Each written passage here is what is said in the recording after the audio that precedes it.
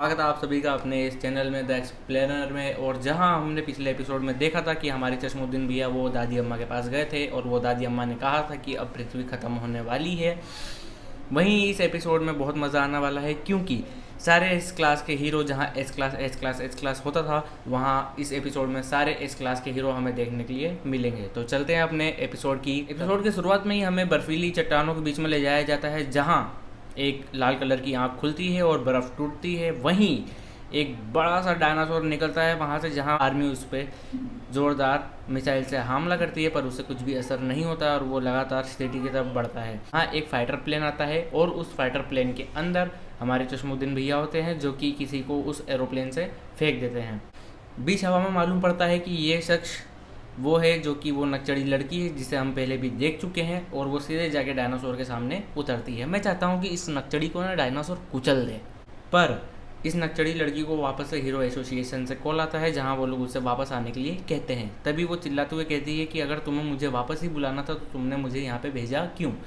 जहाँ वो फ़ोन पे बात कर रही होती है और डायनासोर अपने बारे में बात कर रहा होता है कि वो उससे भी चिल्ला देती है कि तुम मुझे शांति से बात करने दो। जब वो फ़ोन काट देती है तो डायनासोर पूछता है कि क्या तुम्हारा हो गया, तो अब मैं तुम्हें कुछ बोलूँ। तो वो कहती है तुम इतने भयानक दिखने की कोशिश क्यों कर रहे हो। तभी वो उसके ऊपर लात रख देता है और उससे लगता है कि उसने उसे मसल दिया, पर देखता है तो वो उसके साइड में हवा में उड़ती हुई मिलती है। जहाँ डायनासोर कहता है कि मुझे कोई नहीं मार सकता सिवाय एक बड़े से उल्कापिंड के। तभी वो अपने मुंह से फायर बॉल छोड़ने ही वाला होता है कि वो लड़की जिसके पास साइकिक पावर है वो अंतरिक्ष से सही में भी एक बड़ा सा उल्कापिंड लाके उसके ऊपर गिरा देती है। हीरो एसोसिएशन का एजेंट वहाँ से उतरता है जो कि देखता है कि इतनी सारी सीढ़ियों के ऊपर एक ऊंची चोटी पे एक छोटा सा घर है। उस घर के अंदर सिल्वर फैंग सैटामा और जेनोस को अपने मूव्स दिखाता है डोजो के, जहाँ वो उनसे कहता है कि क्या तुम ये सीखना चाहोगे। सैटामा मना कर देता है, वो जेनोस को कहता है तो जेनोस भी मना कर देता है कि जेनोस कहता है कि मैं सेल्फ डिफेंस नहीं सेल्फ डिस्ट्रक्शन की टेक्निक्स सीखता हूँ। वहीं एक लड़का खड़ा होता है भूरे बाल वाला जिसका नाम है चरांग को, वो कहता है कि तुम हमारे डोजो की बेइज्जती कर रहे हो, और वो जेनोस को मारने के लिए उठता है कि जेनोस उसका गला पकड़ लेता है कि तभी वो वहाँ पे हार मान लेता है। जेनोस सिल्वर फैंग से पूछता है कि क्या यही आपका सबसे अच्छा स्टूडेंट है, जहाँ पहले सिल्वर फैंग हाँ कर देता है पर बाद में बताता है कि इससे पहले भी एक बहुत अच्छा स्टूडेंट था उनका जो कि अब यहाँ पे नहीं है। सिल्वर फैंग ने उसे मार के भगा दिया है क्योंकि वो बुराई के रास्ते पे चल पड़ा था और उसका नाम था गारो। तभी सैटामा पूछता है कि क्या वो सच में इतना ज़्यादा ताकतवर था और आपने उसे मार के भगा दिया। रांग को सिल्वर फैंग की बड़ाई करते हुए कहता है कि तुम अभी अभी हीरो बने हो इसलिए तुम्हें नहीं मालूम कि ये कौन है। तभी सिल्वर फैंग उसे रोकता है और कहता है कि ये जो हमारे मेहमान है सैटामा, ये मुझसे बहुत ज़्यादा ताकतवर हैं। कि तभी वो एजेंट हाफता हुआ दिखता है जिसकी 12 बज चुकी उतनी ज़्यादा सीढ़ियाँ चढ़ के। वो कहता है कि आपको हीरो एसोसिएशन में बुलाया गया है सिल्वर फैंग। तभी वो देखता है कि जेनोस भी वहीं है और वो जेनोस को भी कहता है कि जेनोस सर आप भी यहीं हैं, अच्छा हुआ सभी एस क्लास हीरोज़ को वहाँ पे बुलाया गया है। तभी वो लोग अनुमान लगा लेते हैं कि यहाँ पे जो केस है वो कुछ बड़े लेवल का है। कि तभी जेनोस सैटामा को कहता है कि मास्टर हम सारे एस क्लास के लोग मिल जाएंगे तब भी शायद उसका सामना ना कर पाएँ, तो क्या आप चलना चाहेंगे। जहाँ सैटामा कहता है कि ज़रूर, मेरे पास करने के लिए और कुछ है भी नहीं। सिटी ए हीरो एसोसिएशन में ये तीनों पूछते हैं, जहाँ इनकी मुलाकात सबसे पहले एटॉमिक समुराय से होती है। जहाँ एटॉमिक समुराय सिल्वर फैंग और जेनोस का तो अच्छे से स्वागत करता है, पर सैटामा से वो हाथ मिलाने से मना कर देता है और कहता है कि जब तुम इस क्लास में आओगे तब मैं तुम्हें अच्छे से ट्रीट करूँगा। वहीं वो नकचड़ी लड़की बोलती है कि यहाँ पे बी क्लास वालों का कोई काम नहीं है, सैटामा को ऐसा कहती है। जहाँ सैटामा उसकी बात पे ध्यान न देते हुए सब लोग उसे इग्नोर करते हुए वहाँ से चले जाते हैं। यहाँ हम पहुँचते हैं मीटिंग रूम में जहाँ इस क्लास के सारे हीरो हैं। Number 17 Puri prisoner, rank 16 Genos, rank 15 metal bat, rank 14 tank top master, rank 13 flashy flash, rank 12 watch dog, rank 11 super alloy black luster, rank 10 pig god, rank 9 drive knight, rank 8 zombie man, rank 7 king, rank 6 जो कि absent है metal night जिसे हम पहले भी देख चुके हैं वो साइबोग, रैंक 5 यहाँ पे बच्चा क्या कर रहा है यहाँ पे, rank 5 Child Emperor, rank 4 Atomic Samurai, rank 3 Silver Fang, rank 2 वही नकचड़ी लड़की टॉर्नेडो ऑफ टेरर जिसका नाम है, और रैंक 1 ब्लास्ट जो कि अब्सेंट है। वो चाटू चाचा और हमारे फेवरेट चश्मुद्दीन भैया के साथ एक भूरे कलर का व्यक्ति आता है जो कि कहता है कि जो अभी इस केस को छोड़कर जाना चाहे यहाँ से जा सकता है क्योंकि सिचुएशन बहुत क्रिटिकल होने वाली है। जहाँ सब लोग अपना अपना अनुमान लगाने लगते हैं। वहीं मेटल बेड कहता है कि कोई बात खास नहीं हुई तो मैं इस बिल्डिंग को 2 टुकड़ों में कर दूंगा। वहीं वो नकचढ़ी लड़की कहती है कि क्या तुम वो पतली सी डंडी से उससे 2 टुकड़े करोगे? तो वो कहता है कि पहले मैं तुम्हारी खोपड़ी खोल देता हूँ। फ्लैशी फ्लैश लड़की वो नकचढ़ी लड़की की साइड लेते हुए कहता है कि आगे बात कंटिन्यू करते हैं वरना ये मारा जाएगा। जहाँ वो कहता है कि मैडम शिबाबुआ अब नहीं रही हैं।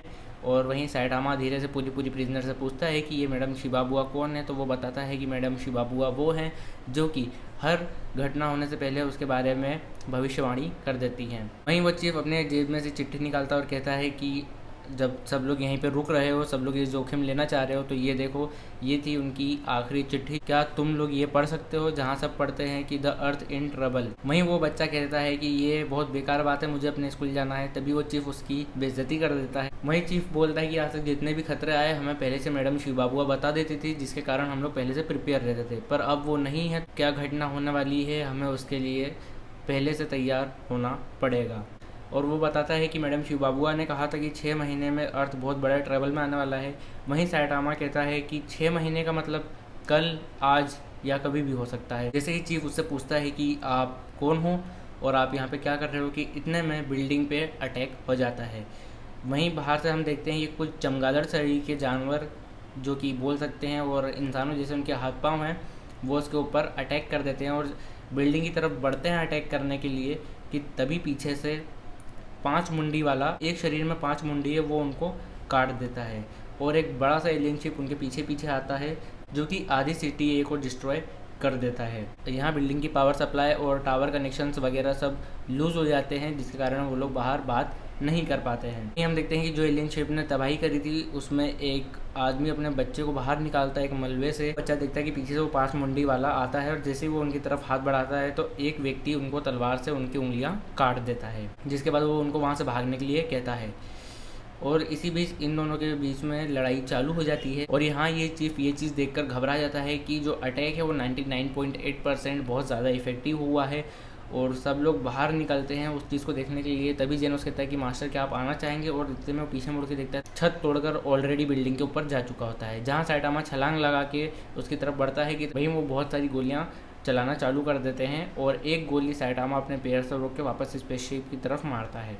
जहाँ वो व्यक्ति 5 मुंडी वाले राक्षस से लड़ रहा था कि वो 5 मुंडी वाला राक्षस एक हथौड़ा बनाता है और उसकी तरफ मारता है, जिसमें वो अपना लेफ्ट हैंड खो देता है, मतलब उसका लेफ्ट हैंड कट जाता है। 5 मुंडियाँ 5 अलग अलग शरीर में हो जाती है। जहाँ एटॉमिक समुराई पीछे से आके उन्हें मार देता है और वो जो लड़का रहता है हमें मालूम पड़ता है कि वो एटॉमिक समुराई का स्टूडेंट रहता है। वो एटॉमिक समुराई को भागने का कहता है, पर एटॉमिक समुराई उन सबको मारता है और कहता है कि हम सब इनसे मिलकर लड़ेंगे।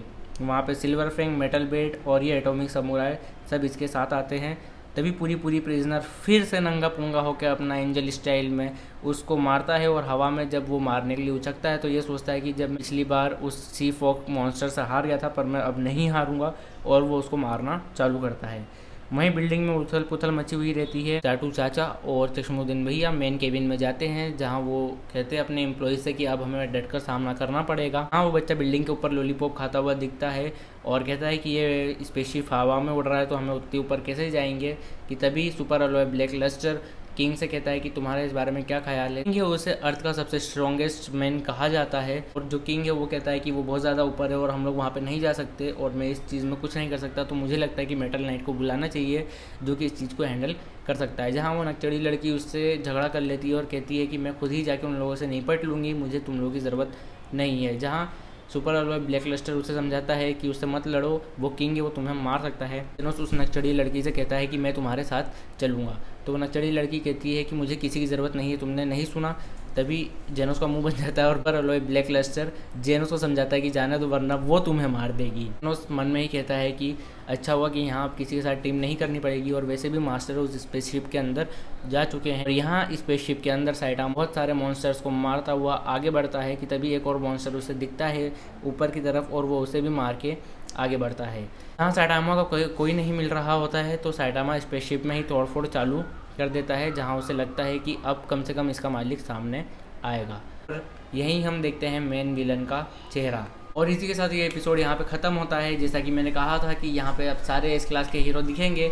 हालांकि हमने अभी तक ब्लास्ट को नहीं देखा है, पर मेटल नाइट को हम लोग पिछले एपिसोड में देख चुके हैं। तो देखना बाकी रह गया है सिर्फ ब्लास्ट को। और अगले वाले एपिसोड में जो अब इन दोनों के बीच में फ़ाइट होगी वो बहुत ही गज़ब की होने वाली है। तो अगले एपिसोड में ज़रूर आइएगा और देखिएगा कि आखिर क्या होता है।